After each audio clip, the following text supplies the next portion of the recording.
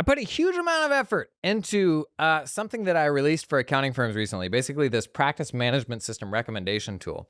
And it is like through and through the sort of thing that I push people to do for the vertical of client that they're trying to serve. Create this thing that's incredibly valuable for people that will get folks' attention. You're not asking for them to give you money or do all these things for you, but it absolutely puts you on a map just by doing it. And this, for me, what we just rolled out, it was an entirely new challenge. I just wanted to share some behind the scenes of stuff that went well with this and stuff that didn't go well with it, but how it ultimately puts me in a place to do even more powerful things going forward. And that is why we invest in doing these new things that are scary and you're like, man, I don't know how to do that thing. You do it because you don't know what's going to be on the other side of it, but you know if you make that investment in yourself, it's going to be something good. Something that's going to serve you long term. So come on in, we're going to talk about that today. The process of like rolling out this big sort of quasi-report recommendation engine. Let's do it.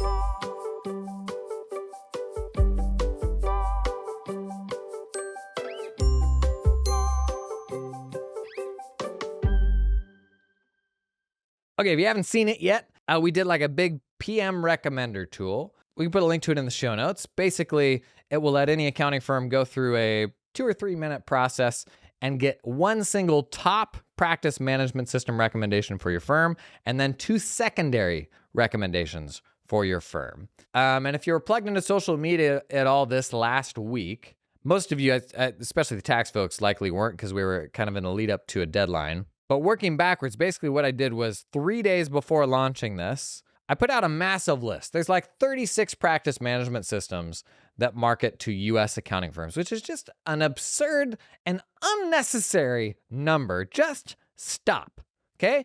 Nobody's going to sit down and go through 36 practice management systems, right? And that's kind of the whole idea behind this report. As you know, you just, if you run an accounting firm, you do not sleep.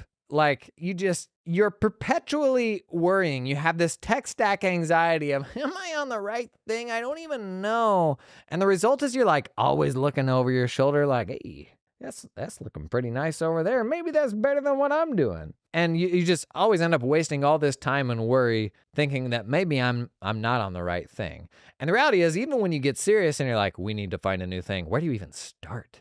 Good golly. And who do you trust to give you this information? You just like skim through landing pages and talk to salespeople? Like that is not a way to make an informed buying decision. These days, hopefully, most people are building networks online and spamming in YouTube comments and on LinkedIn and stuff like that to where they could at least ask a few folks to say like, hey, have you used this or that? Or, oh my gosh, you do use this thing I'm thinking about. Can I pick your brain for 15 minutes? But as you know, it's an extremely overwhelming problem because there are so many solutions.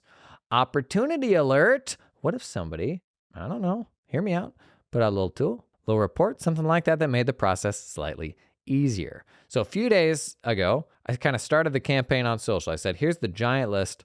Tomorrow, we're going to do a good old Thanos snap and cut this list in half. It's going to be savage. But what if there was a better way of picking your practice management system? And people were like, yeah, and people were cheering and stuff like that. And the engagement was really good from the beginning on this. It even got engagement on Twitter, which these days, that is an achievement. But I think we had over 100 comments on LinkedIn on that first post and did really well. Next day, chopped it in half, said these ones are out. And I was pretty direct with this. I actually did an image that put half of the list on one side and the other half of the list on the other side in red with a red eliminated above it. And people were like, bro, that is savage. But here's the thing, and I didn't like dunk on anybody, and I even said in the post, like, there are good people working on these tools, but we got to get down to business. You need to decide on your practice management system for 2025 today. So we just got to look at where is everything at today. I don't care what you've promised you're going to do. I got to make a buying decision on what we've got right now. But this whole this honesty sort of being savage, I couldn't disagree more because what these posts ultimately led to, which I wanted, I kind of solicited. I said, tell me what you think about the tools on this list and what are you using and what do you not recommend people use even? We're having this conversation now on the playground instead of behind closed doors. And when we put this stuff out there, it is all the thoughts and the feelings that people already have in a more public forum so people can learn from them. Even the software platforms can see what's working and what's not working. But I believe every time we have this conversation, it trends things towards the right tools. It trends things and the conversation at large towards the winners just by having these conversations. And so do people lose from that? Like by definition, yes, they do. But I ultimately think that more transparency in this process is good for the ecosystem. It is good for the accountants, who is ultimately who I work for, not for software companies. And honestly, I didn't feel bad about it. Like I don't think there's definitely a mean way that you could have done this. And there's a lot of software people that do not like me. Like they don't like me for any one of a number of reasons. I think part of it is they don't like the degree of control that I have, maybe, or they don't like the notion that I could tell folks something about their platform and it influence them in a way that they don't have control over. But I'm like, what's the alternative? Like, you're just going to tell us how to feel about your platform? All in all, I think the reason that the launch went pretty well is this honesty, is that it's a little bit of surprising, honestly, like, whoa, you're really going out and saying that. And I think that can be done in in not a mean way. And because it all ties back to such a meaningful problem for accountants, people want to be part of the conversation. And even brands want to be part of the conversation. This is the sort of thing where if you can find this in a niche, in a group of people that you want to work with, it's a killer opportunity to put yourself on the map, because the goal is just to be visible, to be meeting people, for them to know that you exist. These days, honestly, specializing in an accounting firm isn't particularly hard. The hardest thing is getting yourself to commit to something specific enough. Dentists, probably not specific anymore. E-com, definitely not specific anymore. The hard thing is just getting yourself to commit to something that will be so specific that someone will stop in their tracks and be like, oh, that dude's little LinkedIn headline is virtual fitness coaches. Or, who was it? I'm going to find it right now and call you out. Talk amongst yourselves. Brian Halady? I've never had to say it out loud. Brian, who I know listens to this pod, his LinkedIn headline, I help Ontario-based Clio using lawyers make their business ...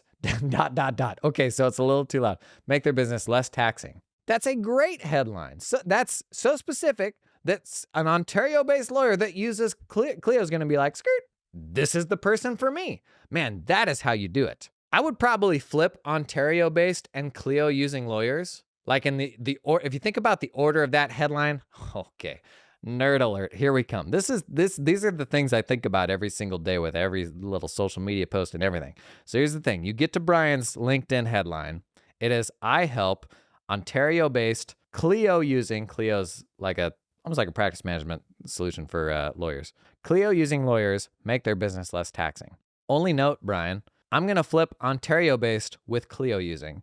So it's, I help Clio using. I may even pull lawyers forward, because if you think of that statement as a funnel and recognize that most people, there will be people who will read one word and people that read two words and fewer people that read three and fewer people that read four. I want to filter for Clio using, or I want to filter for lawyers before I filter for Ontario-based, because Clio using lawyers, and even lawyers in general, can get value from me, but I only work with Ontario-based people, so I'm going to put that last. Otherwise, everybody that reads three words, here's what they're saying right now. I help Ontario. Everybody that reads four words, they see I help Ontario-based. This is how reading online works. Like, we are all skim machines. Right now, the fifth word, though, I help Ontario-based Clio. Okay, they saw Clio and they're like, oh, is this person works with attorneys maybe? And it's only at that point that the Ontario part is interesting if they're in Ontario. But if they're not in Ontario, they probably already bounced. As opposed to, I help lawyers, one option, or I help Clio. At that point, we're either grabbing all lawyers or grabbing all Clio users in just the first three words, rather than having to get to word 5 and filtering out anybody that isn't in Ontario before you even get to word 5. Only on Jason, don't call it daily firms would we spend 6 minutes on that, right? That stuff matters big time. There may be no more important. This is a bigger deal than your website copy. The 12 words that are your LinkedIn headline right now are the biggest, most important bit of copy that exists online about you today in 2024. One hundo, I believe that to my soft nougat core. Okay, We are trying to get our firms to a place where we are for a very specific type of person, because that is the only way to stand out in this day and age. Not the only way to build a business. You can still build a business on referrals and all that stuff. But what are the problems that the Clio-based lawyers in Ontario have? If you talk to 20 of them a month, you're going to be a better advisor. You're going to be able to do that work more efficiently. And something like, let's go deeper on Brian. What are the things in Clio, the most common features people aren't using? Stuff like that. Like we talked about this kind of PM tool. What's an equivalent of a PM platform roundup for, dental clinics? Stuff like that. Like you don't have to hold yourself out as an expert. You're just the one willing to do the research. This episode is sponsored in part by TeamUp, who helps you find talented accountants in the Philippines this week. And TeamUp, literal stuff that happened this last week. TeamUp placed their first marketing placement, actually, into a firm, while a VA and a tax accountant both got offers last week. They have 18 active recruiting projects. And in the last week and a half, they've had 1 firm start looking for a bookkeeper, 3 firms start looking for senior accountants, and have had 3 signed job offers. Accountant, senior accountant, and management accountant gang. It's happening. People are doing this stuff because it works. Same thing I did. Hired a bunch of accountants in the Philippines. Hired a bunch of accountants onshore too. But man, it is, as I've shared, it is how I would build my firm tomorrow. About 2 offshore hires for every onshore hire. And that gives me the flexibility to grow to where I want to grow to. When the reality is, it's very challenging to find onshore accountants. Think about it. I know there's a lot of blockers associated with this, but give it some thought. TeamUp's going to make it as easy as possible for you to hire people directly in the Philippines. Learn more at the link down in the show notes. This episode is sponsored in part by FinDaily, actually an app that I founded a few years ago and then sold. FinDaily, in short, it's almost like an email marketing platform, but for all of your financial data. So you build these email templates, and then you plug in banking balances, QuickBooks or Xero data, outstanding bills, outstanding invoices. You connect this email template to all these different variables, and then you set that email to go out to your client on a recurring basis on a schedule. And then right before it sends, makes an API call to all those sources, pulls the most updated information into the email, and sends it out. Now, I was doing a cash reporting process for my clients. They were paying top dollar for it, but it was a pain in the neck to go out and wrangle all the stuff I needed for those emails. So I actually founded this to automate that process. How's that sound? A fully automated cash reporting service that your clients will pay top dollar for you? It's a thing, I can tell you because I've done it. Pretty nice. FinDaily will even let you connect with multiple accounting files. So you can push out a single email digest, pulling from multiple sources, bank accounts, credit cards. Pretty cool stuff, okay? Check out the link down in the show notes to learn more. So this actually went live today as I'm recording, and a few thoughts I had that I wanted to share. One, so many random tools came out of the woodwork. And part of the value for me of putting that list out is everybody contributes and helps make my list better. So it started with 27 PMs and it ended at 36 who are marketing to the US. But really funny thing that I see people do that was 100% me. I was absolutely that guy. Is they chime in and they say, "How do you not have this?" And I'm like, first of all, is that a rhetorical question? I don't know. I don't know because I haven't heard of it. But then immediately it's well, this thing's the best. I don't know how you haven't heard of it. I was so wired to be this guy because I had the best ideas and I wasn't going to be like every other accounting firm. I wasn't willing to settle into that rut because I knew better. The irony being, oftentimes when we're in this phase, you just haven't been exposed enough to know how much you don't know. But what do you think is more likely? That you stumbled into the perfect tool and nobody else has discovered it yet, or it isn't the best tool for the job? Let's just play the probability game. I've been thinking about this a lot with mainstream tech folks too. And this is the main pushback I get on the PM thing is, what about ClickUp and Trello and Notion and kind of all these other tools? Why don't you recommend using that? I don't need to go all the way down that rabbit hole because we've talked about that before. Ultimately, it is, I put my CAS practice, which was about a $1.5 million practice, I put that on ClickUp. I ended up coming full circle back to the accounting ecosystem because what I saw there was a rebound from a super restrictive system that drove me nuts. And I looked at mainstream tech and I'm like, oh, it's so cheap, it's so perfect, it does everything I could ever want and more. That is nirvana. And you go out there and you have a total blank canvas, like this is going to be, the ultimate way to express myself, finally, and then you're like, holy geez, this is a lot. I need like a platform expert just to keep this thing in shape, and I can't put it on rails quite like I want to because it is so flexible. And then I come full circle, realizing running an accounting firm is not as hard as I make it out to be. It's all about systems and doing the same things in as repeatable a way as possible. And so what I want is actually something that will put this on rails for me as much as possible. And the accounting systems in our space are not perfect by any means. No system is perfect.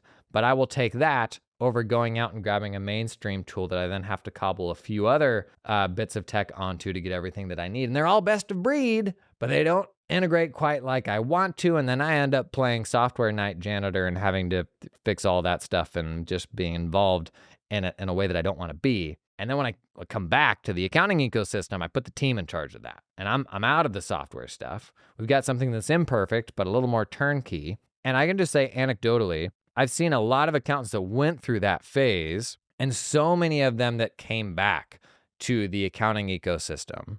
But then don't go back to mainstream. Like I have seen people go mainstream, but I've seen a huge number of them come back. Much more than I've seen go the other way and stay forever. Most of the folks I see at that stage, they're either they are tinkers, and I was 1,000% a tinker, and I enjoyed building my own system and crafting that.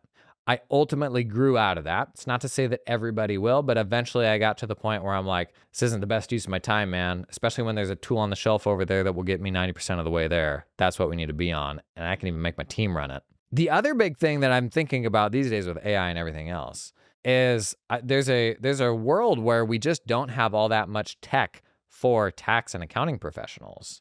And let's say you look at stuff like ChatGPT, which is incredibly powerful and will increasingly be able to do more very niche industry-specific stuff just by creating a custom GPT or just telling the assistant to do XYZ. It's getting to the point where it will do things that used to only be possible with industry tooling. I don't like a future timeline, though, where my clients and business owners and everybody has access to the same software tools that I do.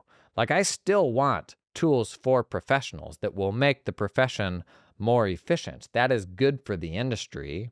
And as much as I'm a small fish and maybe my money won't ultimately make a difference, I would rather pour that money back into our ecosystem and reinvest that in getting better tools for pros than going out and giving it to ClickUp or Notion or something like that.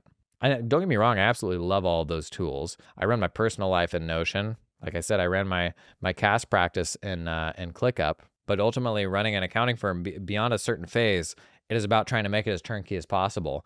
And the tools within our space are a little bit more opinionated, where they give you a structure within which to do that, as opposed to the tools that are made to work with any business. Ultimately, the limitation I found with them was that it got very hard to put that on rails enough for my team, and people would break stuff and it'd be like, stop messing with this view, and they wouldn't use it right. And it's like, well, that flexibility kind of came at a cost, and it ultimately wasn't worth it for me.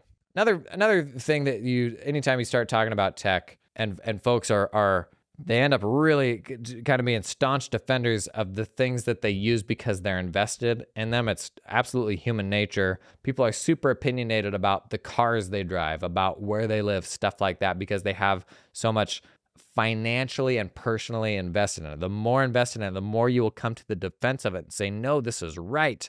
Otherwise, I've made such a massive decision, massive mistake in my life. You will stand by that and debate it until the end because of how scary being wrong is. That's human nature. And you can see some of that coming in the PM discussion. You got a few real stands hanging on to those legacy tool sets. Boy, I just can't get my head around the legacy folks and sticking with them, even if they get better. They're so far behind the best solutions out there now, and they have been for a long time. And who looks at CCH or who looks at Thomson Reuters or anyone else and thinks, yeah, the next 5 or 10 years, they're going to be the ones to crush it? Absolutely not. Are you kidding me? Not a chance. You're hitching your wagon to a company that is a living organism that will continue to invest in its product. I tell people, don't don't buy a product because of what they told you it's about to become. I think that's a trap because software always takes longer than you think it will, and you never know if a salesperson's giving you the real story or anything like that. But the reality is, like, it still has to be a factor. Is this a company that looks like it's still growing and investing in the product? I just can't see how you could ever think that with Thomson Reuters or any of the legacy providers. It's interesting. Some of us, and I don't know why this is, some of us are wired to stick with like the old guard. Like you have people that are just like mega Microsoft fans, and they will always come to Microsoft's defense. You have some of those Google folks too as well, but I think there's like, those are maybe not as many as the Microsofties in our space. And I see that with Thomson Reuters too. Logan McGrathman. I gave him a hard time about this. Like, he was using Thomson Reuters on VO, and I'm like, dude, look around. Like, there's so much better options. For whatever reason, some of us, like we gravitate to very different things. Not that it's right or wrong, but it is interesting. And I don't know what it is about the human condition that will make one person gravitate towards the really shiny looking startup thing and the other gravitate towards something that is very obviously more traditional and not as progressive. But there's something beyond, I'm convinced there is something beyond like raw capability and features. Like, there's something innate to what is appealing to us about tools that is different from person to person. I don't really have my head around that. But surely this is the podcast where we'll figure that out, right? Another thing I noticed, a lack of new practice management systems. Most of these systems have been around for a while. And boy, if you're looking for like new, interesting, exciting things, I wish there was more you could put your finger on. I mean, I think the biggest shift the last 3-4 years has probably been what Keeper has done, where they did a really deep integration with the ledger and they're syncing all the actual transactions into the system so that you can do the review from a single place. If there's a new early stage company right now, I don't think they've actually officially launched in the US yet, but Eider.ai. That's an interesting one, part of the AI CPA Startup Accelerator. Basically, they do the same thing that Keeper does, where they do a deep integration with the ledger, but then the whole UI is basically sat atop the ledger, and they're surfacing sort of advisory insights and helping you manage the month-end close all in one place. Kind of similar to what Keeper has done, but a little more like a practice management system and a little more geared for identifying opportunities, like flagging you when it's like, you need to go have a conversation with the client about this. We've seen light versions of this in the past where people would, other tools would like call out specific scenarios. But this tool, Eider, is almost like a hybrid of Keeper and a practice management system that's a little bit more advisory leaning. That's honestly maybe the only cool new thing I've seen in practice management systems in the last 18 months, which is kind of too bad.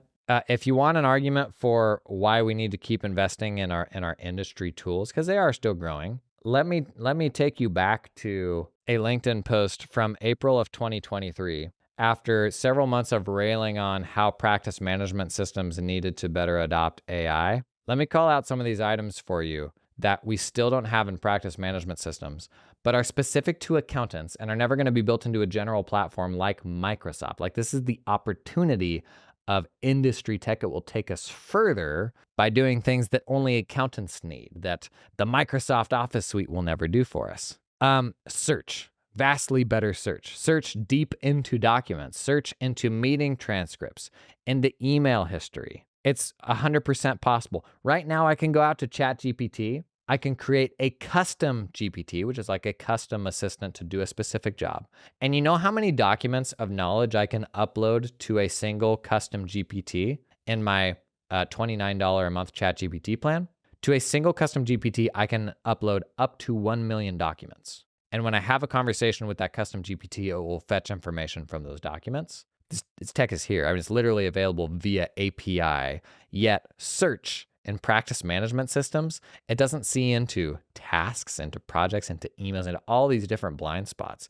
Give me a unified search. Next, extend search to be more contextual. What W-2s did John Smith have in 2021? Same thing. We've got all this information in the system. If I took all of the data that was in my practice management system and put it into ChatGPT, one could answer this question for me. Now, I don't want to make this sound trivial. Like, there's a lot that goes into this. Retrieval augmented generations. Like, there's a whole, like, very technical side to it, but it can be done.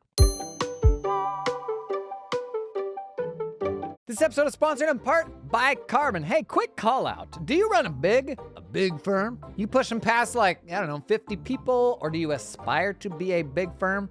Common problem with cloud practice management systems is they have never historically been particularly suited for bigger firms. Carbon, they're solving for it though.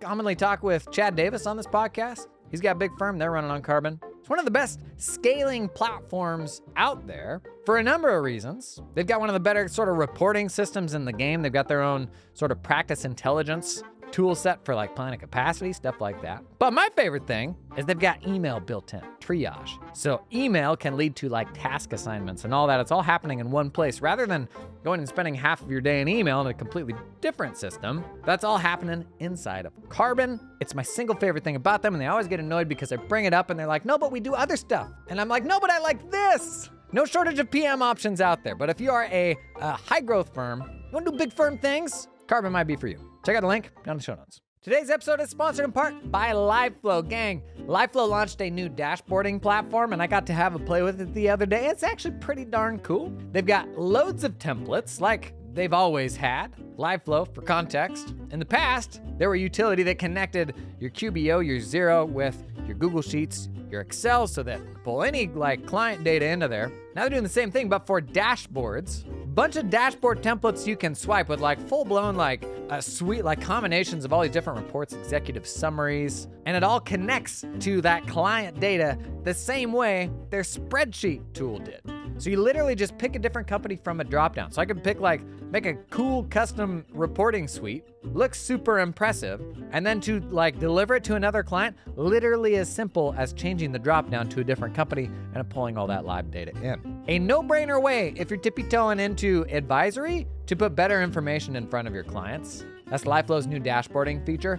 Learn more, the link down in the show notes. External search, extending that search to go as far as we connect this client to the accounting ledger in QBO. We have a QBO file for that client in the practice management system. I'm now going to connect the PM to their QBO account. So when I search, it can actually search into ledger information as well.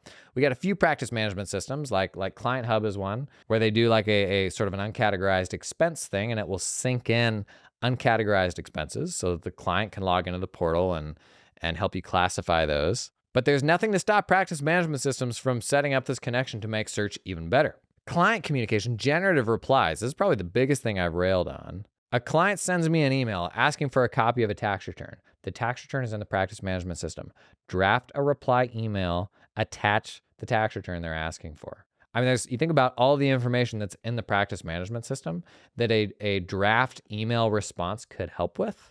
Probably the best implementation I've seen of this is in Superhuman, which is my favorite email app.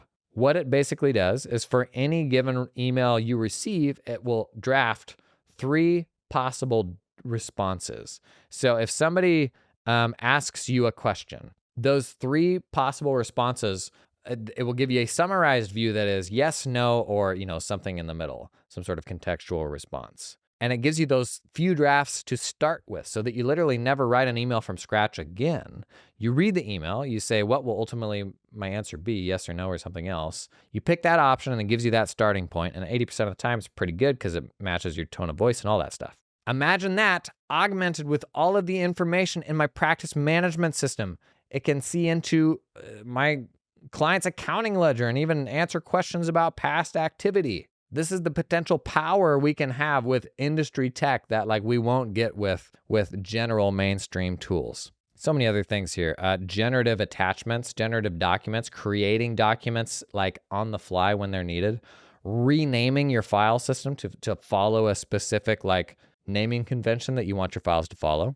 Summarization, surfacing similar documents. Let's say I'm writing a tax notice and it automatically surfaces, here's a response to notice. Here's a very similar document that somebody else drafted. Sending requests to a client. Check to see if I already have it. I'm setting up a request in their portal, and the integration with the AI meeting transcript tool pulled in a transcript of a meeting my colleague had with the client yesterday, or a phone call or something like that, and they discussed the thing that I'm now asking for. Tell me. That's not a hard one. We already have audit tools that do this in the framing of PBC requests. The flip side of that too, somebody has a meeting with the client, you get an email, automatically resolve the outstanding request that is hanging out in the client portal with that one sentence from the client. I'm claiming my daughter next year, not this year. Like, we have that information. There's so many more smart things we can do with it.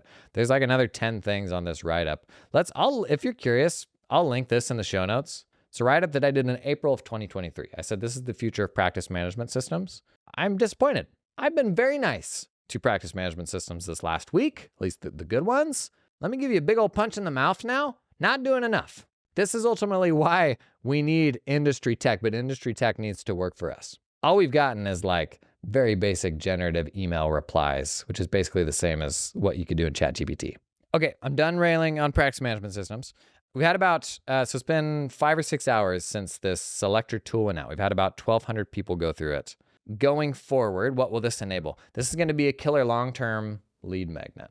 Common trend on LinkedIn right now is linking external stuff right in the post. Like, LinkedIn is letting us do this. Normally social media platforms, if you link something external in a post, they'll be like, I'm not showing that to anybody because I don't want them leaving the platform.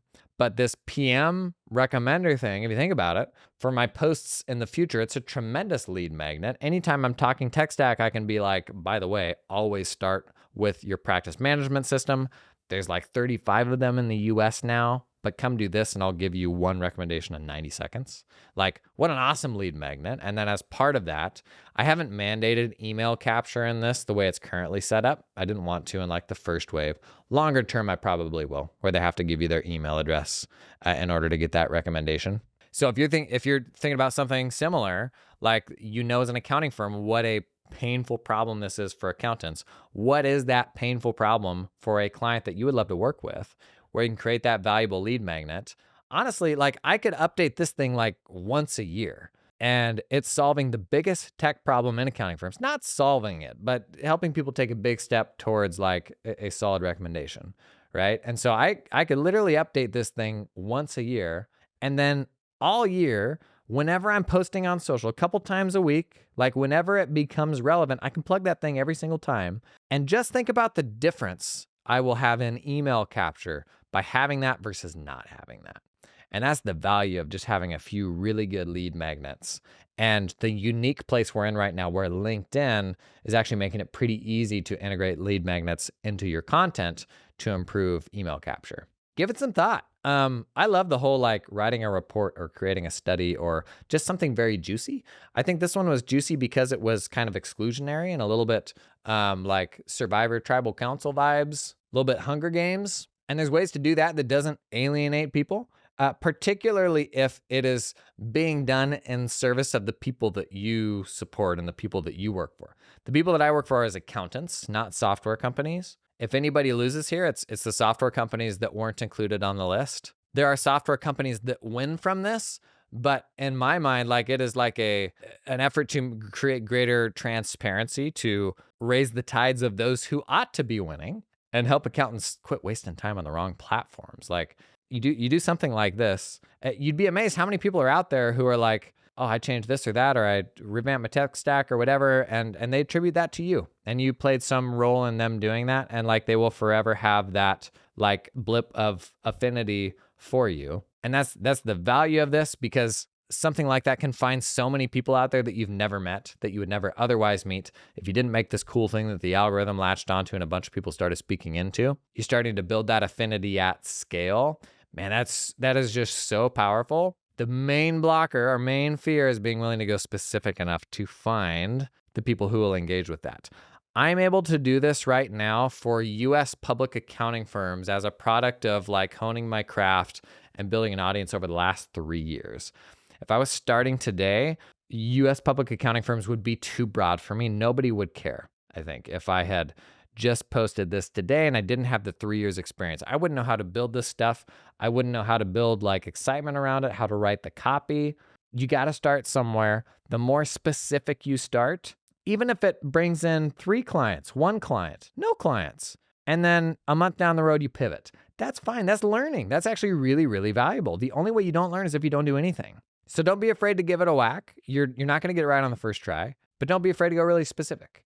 As we talked about this last week in the various podcasts on different stages of firm running. Ultimately, like the direction your firm is going is a product of how you're holding yourself out to bring in like the next client, one client at a time. Like that's how a firm is reinvented, is by turning over that roster and working with a different type of client. And so you really don't have to think about it any bigger than that. Like, what is the next client that I want to bring in? If you're going to make a big investment in a lead magnet that's going to take a bunch of effort, then maybe you need a degree of confidence that you're going to stick it out with that type of person for a few months. But I think the problem with like niching down and specificity is we think it's this forever commitment, this huge investment. It's literally like, how do I get my next client that's better than my current C and D clients? You can boil it down to as simple as that. It's not a forever commitment. For sure, if you love it and you do it until the end of time, that's probably going to be a more profitable business. But it starts by just picking up one client that's better than your C and D clients, so you can let a couple old projects go and just pick up that new one, right? That's all I got for today. Thanks for coming and hanging. Been a busy week. Hopefully you got something of value from that practice management tool. Well, we've got it linked down below if you haven't had to play with it yet. At the very least, my goal for you is even if you are on the right system, is that it helps you sleep at night. Because if you're like me, you have this perpetual angst about being on the wrong thing. So at the very least, even if you're very confident in what you're on, maybe it can just help you have that much more confidence. So you're like, cool, I can park the bus on my practice management system for the next 24 months. I don't have to sweat it. I know I'm in a good place.